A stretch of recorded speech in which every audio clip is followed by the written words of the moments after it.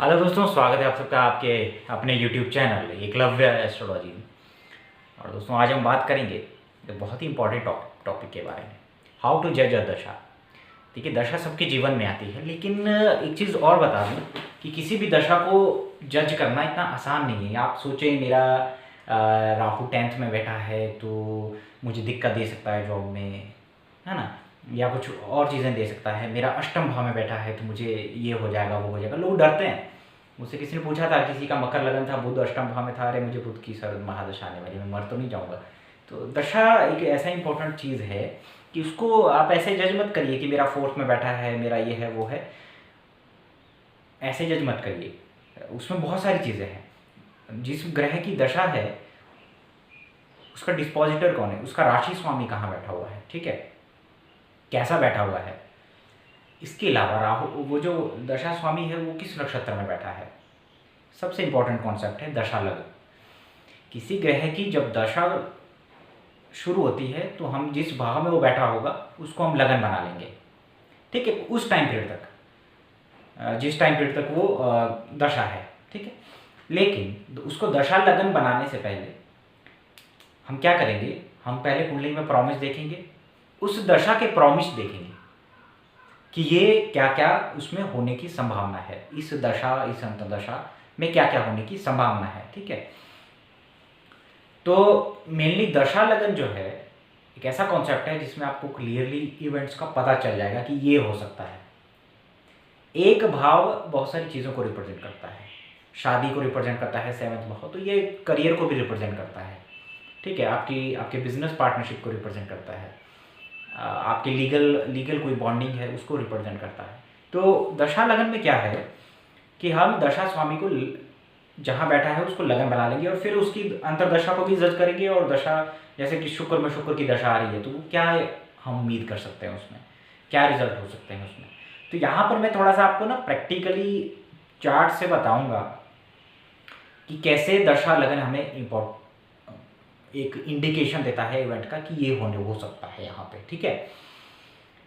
उसके अलावा कई बार आपको मालूम नहीं पड़ेगा कि एक्चुअल में ये चीज़ होने वाली है, लेकिन दशा में, अंतरदशा में आपको दिखेगी नहीं, लेकिन जब आप दशा लगन बनाएंगे आपको तो क्लैरिफाई होगा।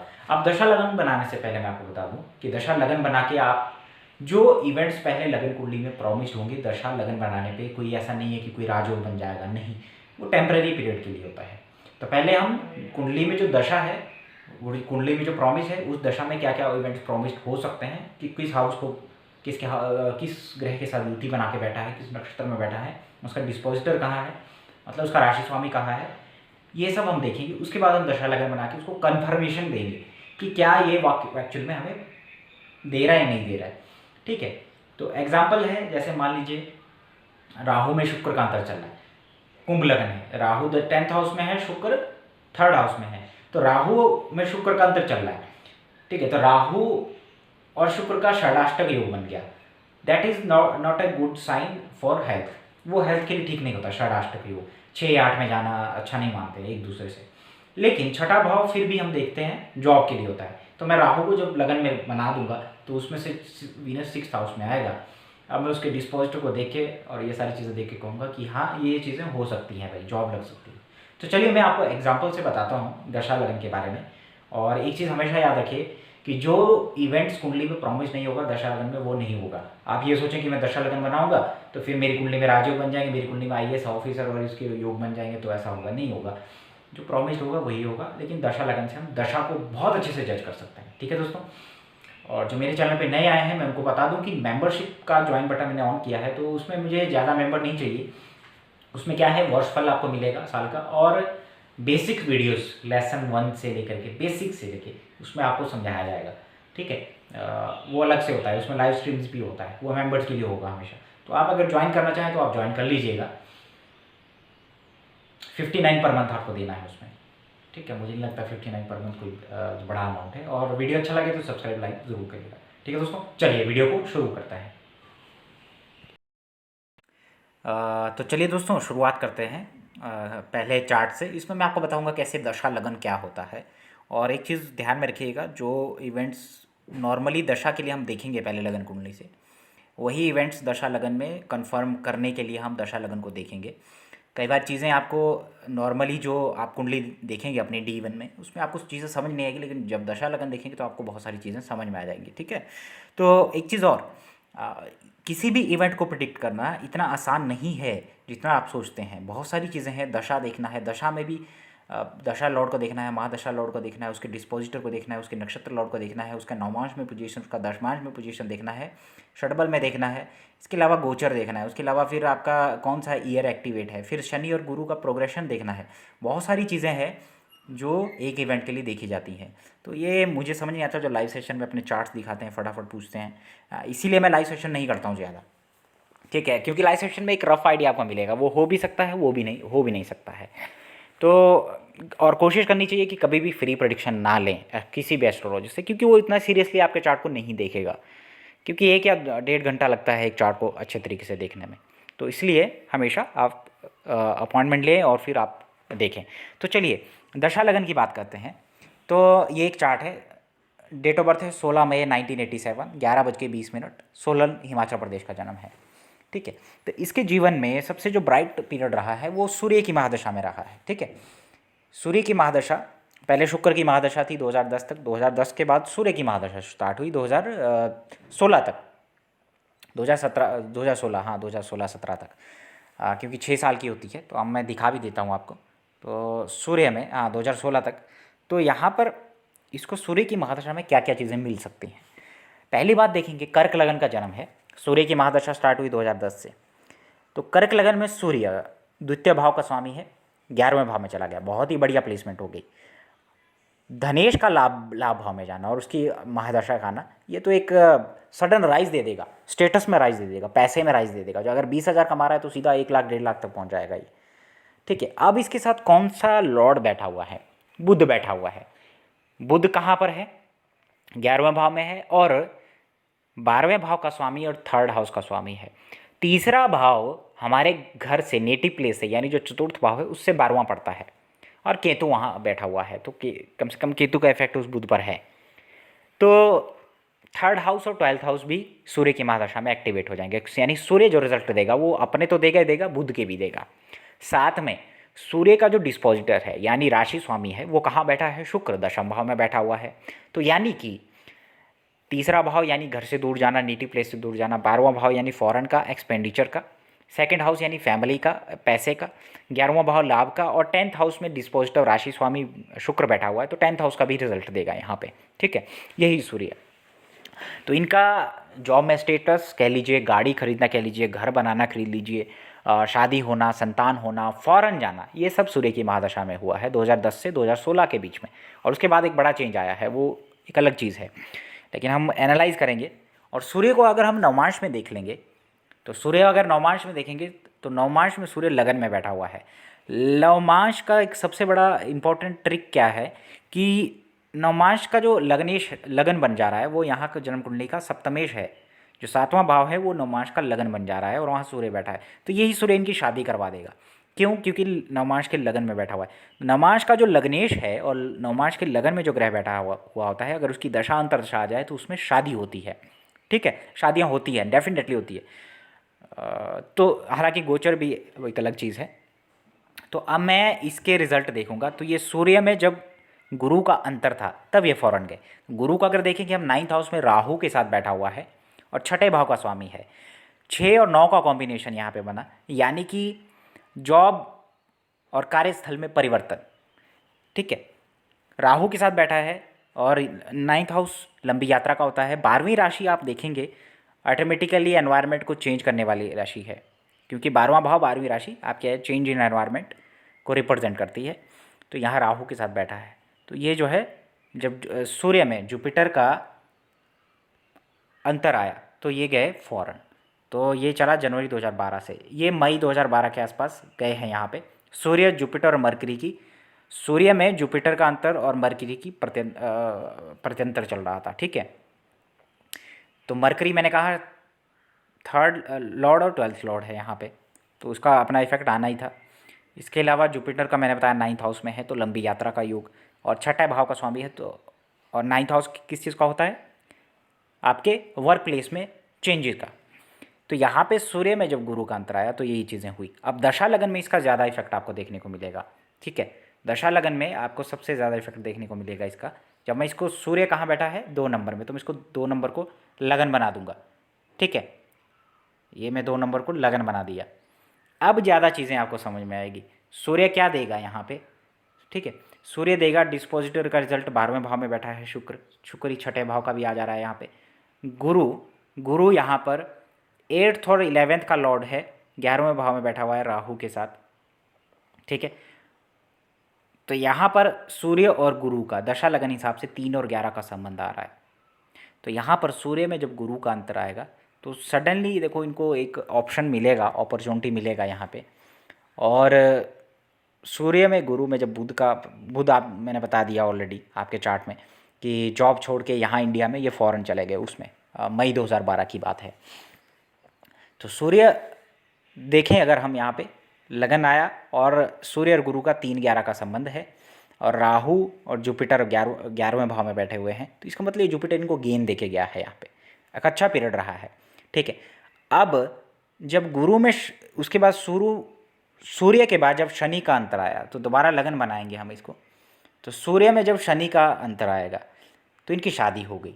अब आप देखेंगे कि शनि जो है 7th लॉर्ड होकर के 5th हाउस में बैठा है और अपनी तीसरी दृष्टि से सब 7वें भाव को देख रहा है, और कहीं ना कहीं ये सूर्य 7th लॉर्ड शनि से भी एस्पेक्टेड है। और मैंने कहा था कि नवमांश में सूर्य लगन में बैठा है तो शादी भी करवा के जाएगा। तो ऑलरेडी यहाँ पर सूर्य और शनि का समसप्तक योग, यानी कि शादी हो जाएगी इसमें, क्योंकि सूर्य को इफेक्ट कर रहा है यहाँ पे। तो सूर्य 7th के भी रिजल्ट देगा यहाँ पे, और सूर्य में शनि का हमें इंडिकेट कर रहा है शादी की तरफ। लेकिन जब हम दशा लगन बनाएंगे तो ज़्यादा ही हमें क्लैरिटी आ जाएगी। ये देखिए, और शनि अगर आप देखेंगे ना, शनि अगर देखेंगे आप नवमांश का लग्नेश है, ठीक है, तो इसलिए शादी होने का प्रबल योग। तो यहाँ पर हम इसको जब लगन बना देंगे 2 नंबर को, ठीक है, ये 2 नंबर को मैंने लगन बनाया, इसको बोलते हैं दशा लगन। तो जब सूर्य में शनि का अंतर आया, शनि को आप क्या देखेंगे तो कहाँ पर है, शनि को अगर आप देखेंगे तो 7th हाउस में आ रहा है दशा लगन बनाने पर, यानी शादी का इवेंट हो गया यहाँ पे। समझ रहे हैं आप मेरी बात? तो इस तरीके से यहाँ पर इवेंट्स होते हैं। अब सूर्य में जब केतु का अंतर आया तो इनको संतान प्राप्ति हो गई। क्यों हो गई? क्योंकि केतु अगर आप देखेंगे सूर्य से पंचम में पड़ता है, और उसका डिस्पोजिटर केतु किसके हिसाब से रिजल्ट देगा, उसके डिस्पोजिटर यानी उसके राशि स्वामी के।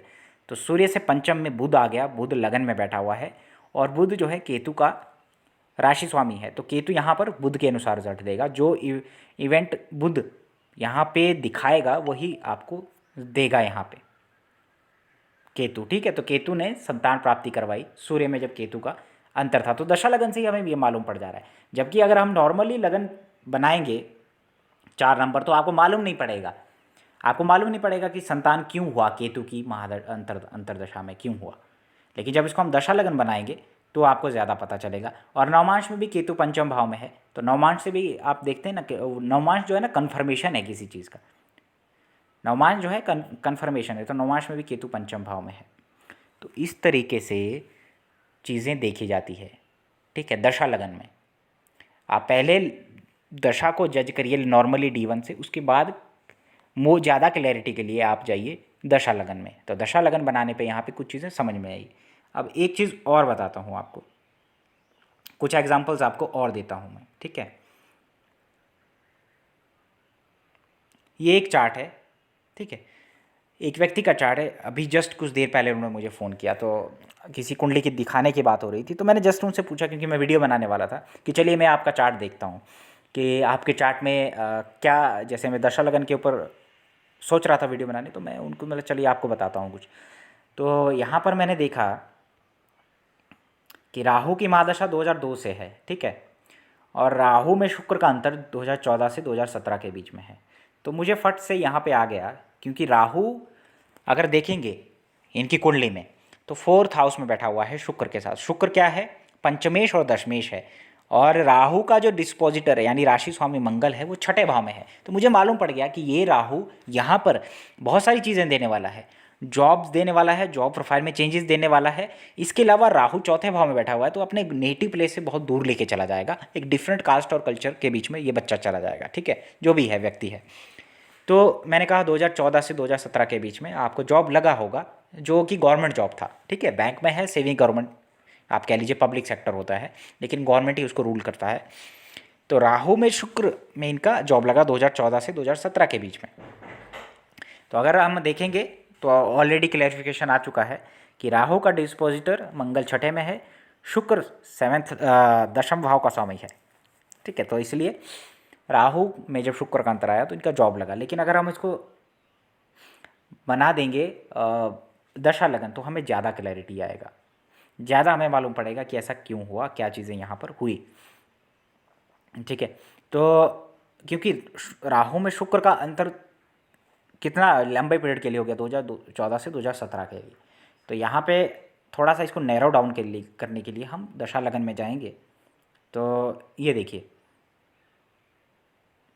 राहु में शुक्र में शनि का अंतर जब स्टार्ट हुआ था तो इनका ट्रेनिंग ख़त्म हुआ, और राहु में शुक्र में जब बुध आया तो इनको जॉब लगा सितंबर 2016 के बाद, ठीक है। तो अगर हम दशा लगन को बनाएंगे, पहले तो बुध यहाँ पे आपके छठे भाव के स्वामी हो जा रहे हैं, ठीक है, छठे भाव के स्वामी हो जा रहे हैं, लेकिन दशा लगन बनाएंगे तो ज़्यादा क्लैरिटी हमें मालूम पड़ेगी। दशा लगन में अगर देखेंगे तो राहु में शुक्र में बुध का प्रत्यंतर, यानी राहु की महादशा, शुक्र का अंतर और बुध का प्रत्यंतर। तो यहाँ पर चीज़ें देखिए, ये दशा लगन बनाने पे भी अगर आप देखेंगे ना, शुक्र के ऊपर और राहु के ऊपर टेंथ लॉर्ड सैटर्न का पूरा एस्पेक्ट है, यहाँ पे पूरा प्रभाव है, यानी उसके साथ उसका समसप्तक योग बना हुआ है। तो डेफिनेटली राहु में शुक्र में इनको जो है source of income job create होना है, और घर भी छोड़ना है। क्यों? क्योंकि मंगल डिस्पोजिटर है दोनों का ही, राहु और शुक्र का, वो थर्ड हाउस में बैठा है। मैंने कहा था थर्ड हाउस किस चीज़ का होता है, हमारे लिविंग प्लेस को छोड़ के जाने का, ठीक है। तो यहाँ पे जब राहु में शुक्र में जब बुध का प्रत्यंतर आया, तब इनका एक्चुअली में अर्निंग स्टार्ट हुआ। तो आप देखेंगे अर्निंग स्टार्ट हुआ मतलब पैसा आना स्टार्ट, ट्रेनिंग खत्म हुआ, पैसा आना स्टार्ट हुआ। तो पैसा आना का देखेंगे आप, सेकंड हाउस में आ रहा है दशा लगन से।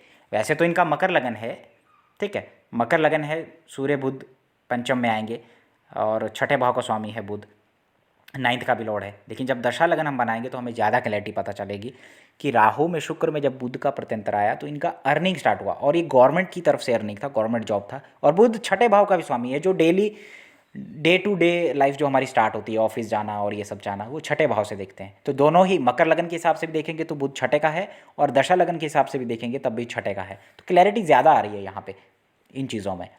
तो राहु में शुक्र में, राहु की महादशा में, शुक्र की अंतरदशा में जब बुध का प्रत्यंतर आया तो इनका अर्निंग स्टार्ट हो गया यहाँ पर, ठीक है। तो यहाँ पे दशा लगन इस तरीके से हम देखते हैं। तो नॉर्मली इसको मैं दोबारा बना देता हूँ, और थोड़ा सा हम दशांशाम जो D10 होता है उसको भी अगर हम देखेंगे तो राहु में शुक्र में बुध, शुक्र को अगर देखेंगे यहाँ पे फोर्थ हाउस में बैठा हुआ है, 10th के एस्पेक्ट है, और बुध D10 में छठे भाव में बैठा है, छठे भाव के स्वामी के साथ। यानी जो मेन यहाँ पे ट्रिगर करने वाली चीज़ रही वो बुध की प्रत्यंतर रहा, क्योंकि 3 साल का है ना, शुक्र का अंतर 3 साल का है, शुक्र का अंतर 3 साल का है। तो उसमें कब इवेंट होगा वो हम इस प्रत्यंतर से पता चलता है हमें, ठीक है। और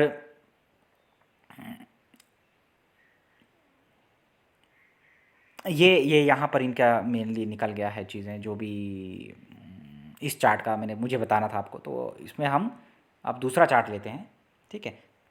दूसरे चार्ट में अगर देखेंगे हम, डिस्पोजिटर का बहुत बड़ा रोल है, इसका सेपरेट वीडियो मैं आपको बनाऊंगा, ठीक है। ये एक चार्ट है, ठीक है। डेट ऑफ बर्थ मैं बता देता हूँ, 7 जनवरी 1990, 15:55 सोलन का है, ठीक है। तो ये मेरे मित्र ही है, राहु की महादशा है इनको 2012 से 2010 से राहु की महादशा। और राहु में जब जुपिटर था 2012 से 2015 के बीच में, तो इनका जॉब लगा, बहुत अच्छा जॉब लगा, और इनका जॉब काफ़ी कम्पिटिटिव एग्ज़ाम दिए इन्हें गवर्नमेंट जॉब के। तो गवर्नमेंट जॉब के योग है इस चार्ट में, और मैं बताऊंगा बाद में कि क्या क्या योग है, कभी वीडियो बनाऊंगा। लेकिन हम आज बात करेंगे दशा लगन की, तो हम दशा को लगन मान करके यहाँ पे बहुत सारी चीज़ें अभी बताएंगे आपको, क्लैरिटी ज़्यादा पता चलेगी आपको, ठीक है। जब राहु में जुपिटर का अंतर आया तो इनका कम्पिटिटिव एग्ज़ाम पास हो गया, ठीक है, और इनका day to day routine life, job जाना और अच्छा अर्निंग स्टार्ट हो गया।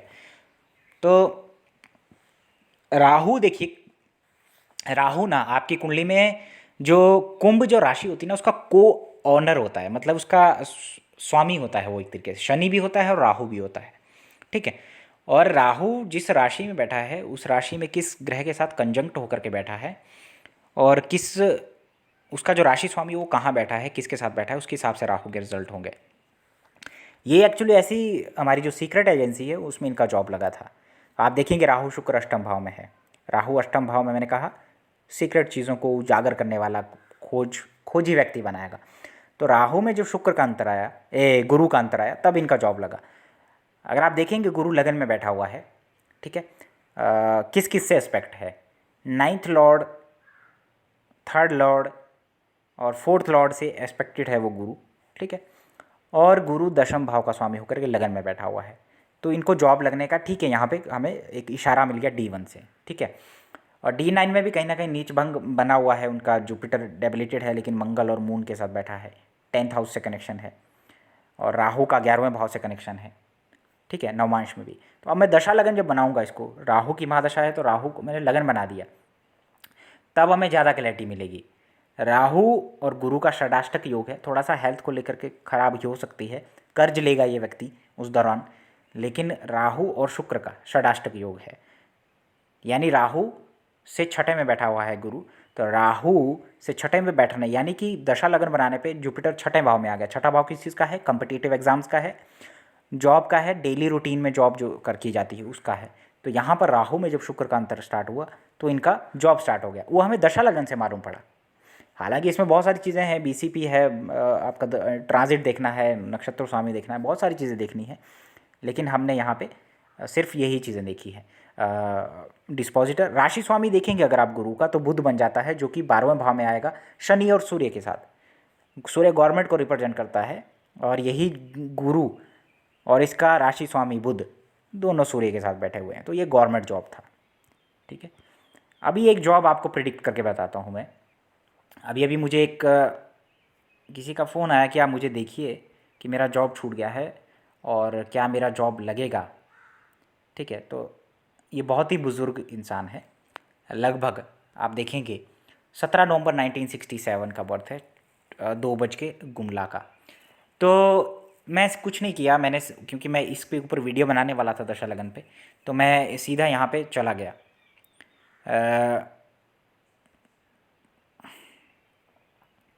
दशा में क्या है, अंतर्दशा क्या है।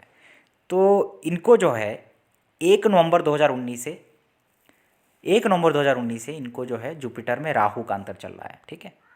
तो पहले तो जुपिटर महादशा को देखेंगे। जुपिटर इनकी कुंडली में 6th हाउस में बैठा हुआ है, 10th हाउस का लॉर्ड है, लेकिन जो राशि स्वामी है गुरु का, वो छठे भाव में 9th हाउस में बैठ गया है।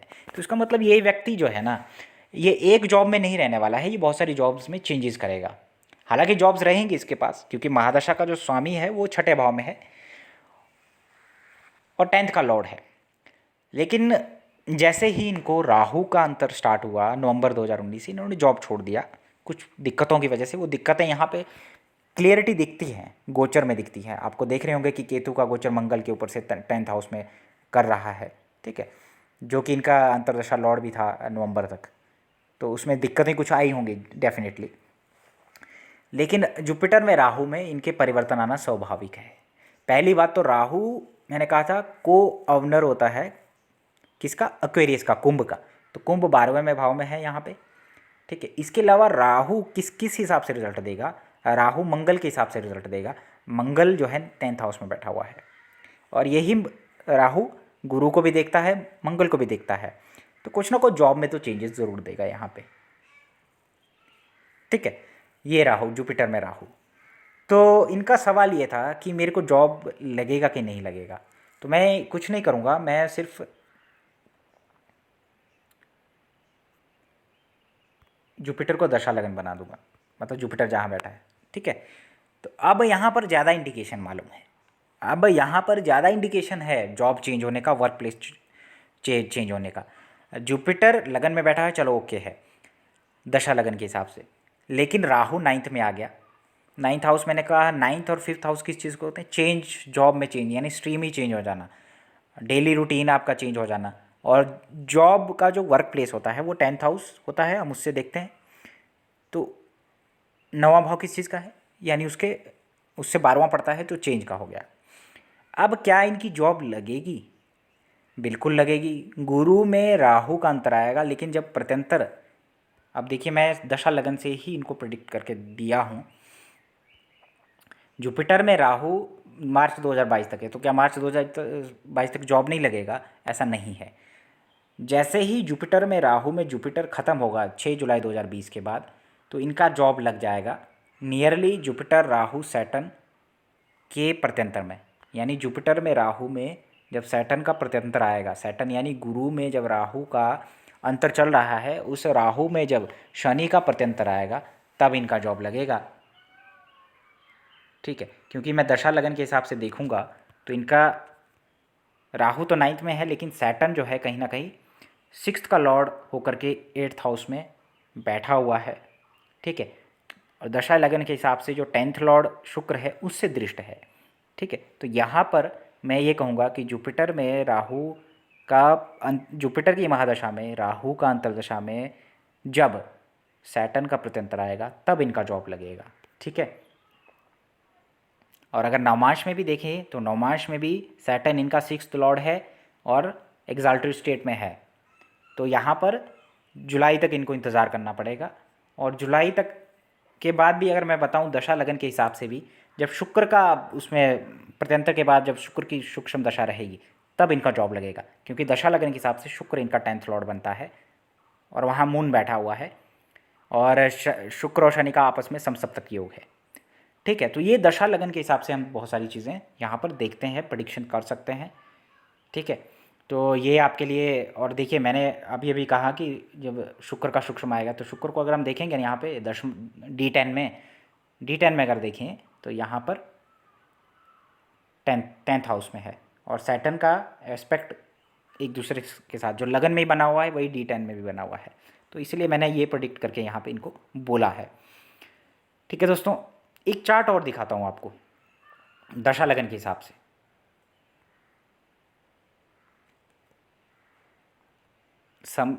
समझिएगा चीज़ों को कि क्या चीज़ें यहाँ पर हो रही है। ठीक है, अब इस व्यक्ति की राहु की महादशा है और शुक्र का अंतर है। तो एक चीज़ बताऊँ यहाँ पे, राहु का जो राशि स्वामी है वो मंगल हो गया, मंगल 6ठे भाव में नीच का हो गया। हालांकि चंद्रमा की दृष्टि में है तो इसके अशुभ प्रभाव में कमी आएगी, लेकिन राहु यहाँ बहुत ही खराब रिजल्ट देने वाला हो जाएगा। राहु इनके लगन यानी हेल्थ को इफेक्ट करेगा, ब्लड से रिलेटेड इश्यूज, चोट, एक्सीडेंट सब देगा यहाँ पे। तो राहु को लगन बना दिया मैंने। अब राहु को लगन बनाने के बाद शुक्र इनके 6ठे भाव में आ गया, जो कि अंतर्दशा का स्वामी है। ठीक है, लेकिन अगर हम पहले लगन से ही देख लेते हैं कि क्या चीज़ प्रॉमिस्ड हो रही है। राहु में जब शुक्र का अंतर आएगा तो क्या होगा? शुक्र 4थे भाव का स्वामी है, 9th हाउस का स्वामी है, 3rd हाउस में बैठा हुआ है, और शुक्र यहाँ पे एरीज मेष राशि में बैठा हुआ है। मेष, देखो जब भी आपको अंतर्दशा और दशा देखनी है उसके साइन को बहुत ज़्यादा इंपॉर्टेंस दीजिए। साइन को आप समझिए कि साइन क्या है। एरीज जो साइन है ना, मेष जो राशि है वो बिगिनिंग है, किसी चीज़ की शुरुआत है। तो जब शुक्र का अंतर आएगा तो इसको कुछ नया शुरुआत होगा। क्या शुरुआत होगा? एक तो ये अपने नेटिव प्लेस से दूर चला जाएगा, क्योंकि 4th का लॉर्ड 3rd हाउस में चला गया, यानी कि ये अपने नेटिव प्लेस को छोड़ के चला जाएगा। ठीक है, 9th लॉर्ड का भी स्वामी है। अब एक्चुअल में राहु में शुक्र में होगा क्या? राहु में शुक्र में होगा क्या कि मैं राहु को लगन बना दूंगा और शुक्र इनके 6ठे में आ जाएगा, यानी कि इस व्यक्ति का जॉब लगेगा राहु की महादशा शुक्र की अंतर्दशा में। ठीक है, लेकिन उसका जो डिस्पोजिटर है, अगर आप देखेंगे राहु और शुक्र दोनों का राशि स्वामी मंगल हो जाता है, जो कि दशा लगन के हिसाब से 9वें भाव में नीच का आ जाएगा। तो ये शुक्र इनको हेल्थ इशू भी देने वाला है, यही शुक्र इनको जॉब में प्रॉब्लम देके जॉब छूट जाएगा इनका इसी अंतर्दशा में। ठीक है, तो इनको क्या हेल्थ इशू होने वाला है? 3rd हाउस हमारे 3rd हाउस की चीज़ का है, हमारे हैंड्स को रिप्रेजेंट करता है। ठीक है, तो इनका जो है इसी अंतर्दशा में इनके हाथों में कुछ दिक्कत होने वाली है, किसी में हाथों में किसी तरह का डिजीज़ होने वाला है, या हड्डी टूटने का यहाँ पर योग बनता है, क्योंकि शनि की तीसरी दृष्टि भी शुक्र के ऊपर है। तो इस हिसाब से ये ज़्यादा हमें किससे पता चलता है कि हेल्थ इशू होने वाला है? जब हम इसको दशा लगन बनाएंगे। तो मैंने कहा कि षडाष्टक योग हेल्थ के लिए ठीक नहीं होता है, खास करके उसका डिस्पोजिटर वीक हो, नीच का हो, तो हमें बहुत दिक्कतें देता है। अब इस व्यक्ति की जॉब कब लगेगी? अभी जॉब छूट गया इसका, शुक्र की अंतर्दशा में जॉब लगा, लेकिन अब जॉब कब लगेगा? अब इस व्यक्ति का शुक्र का जो आप देखेंगे 28 सितंबर 2020 तक राहु में शुक्र चल रहा है, इसके बाद ही इसका जॉब लगेगा, यानी कि राहु में सूर्य। अब आप बोलेंगे सूर्य तो चौथे भाव का स्वामी है, चौथे भाव में बैठा हुआ है, 10th का स्वामी है, 7th का स्वामी है। सॉरी, थोड़ा सा बोलने में जो है जल्दी जल्दी वो दिक्कत हो जाता है कई बार। राहु जो है 10th हाउस में बैठा हुआ है और सूर्य 7th का लॉर्ड होकर के 4th हाउस में बैठा है केतु के साथ। तो मुझे पता है ये अपने दोबारा से इनका लिविंग प्लेस चेंज होने वाला है। अब मैं इनको दशा लगन बना दूंगा, तो दशा लगन के हिसाब से सूर्य दशम भाव का स्वामी आ जाएगा और फोर्थ में बैठा हुआ है शत्रु राशि में। कौन बैठा है? सॉरी, शनि बैठा है 4th में, और सूर्य जो है 7th में बैठा है दशा लगन के हिसाब से 10th का स्वामी होकर के। तो ये कहीं ना कहीं इनको जब राहु में सूर्य का अंतर शुरू होगा सितंबर 2020 के बाद, तब इनका जॉब स्टार्ट हो जाएगा। लेकिन वो जॉब भी कुछ खास नहीं रहने वाला है। अगर आप सूर्य के राशि स्वामी को देखेंगे, जो कि दशम भाव का स्वामी हो जा रहा है दशा लगन के हिसाब से, तो उसका अगर राशि स्वामी देखेंगे तो वो भी शुक्र छठे भाव में बैठ जा रहा है। तो यहाँ पे बहुत सारी चीज़ें हम देखते हैं एक साथ और उसी के हिसाब से हम रिजल्ट निकालते हैं। लेकिन केतु है सूर्य के साथ, तो कहीं ना कहीं फिर दिक्कतें इनको होगा यहाँ पे। किसी का तरह का पार्टनरशिप में दिक्कत हो जाएगा, या फिर कोई और हेल्थ इशू यहाँ पर हो जाएगा। ठीक है, माता के स्वास्थ्य का विशेष ध्यान रखने की आवश्यकता है, क्योंकि लगन के हिसाब से सूर्य केतु जो है चौथे भाव में है और सूर्य का अंतर शुरू होने वाला है राहु में सूर्य का। ठीक है, तो सूर्य अच्छा नहीं होता है माता के लिए चौथे भाव में। तो ये थोड़ा सा दशा लगन के हिसाब से मैंने आपको बताया कि दशा लगन में आप पहले लगन से देखें दशा क्या दिखा रही है, फिर दशा लगन मतलब जो दशा का स्वामी है उसको लगन बना करके देखें और उसको अलग अलग भाव में बिठा करके उसके राशि स्वामी को देखें आप। ठीक है, नवमांश से आप कन्फर्मेशन करें, तब आप चीज़ों को ज़्यादा समझ में आएगा आपको कि क्या चीज़ें यहाँ पर हो सकती हैं। ठीक है दोस्तों, ये छोटा सा वीडियो लंबा हो गया शायद। अगर आपको वीडियो अच्छा लगे तो सब्सक्राइब ज़रूर करिएगा। लेता हूँ अलविदा, धन्यवाद।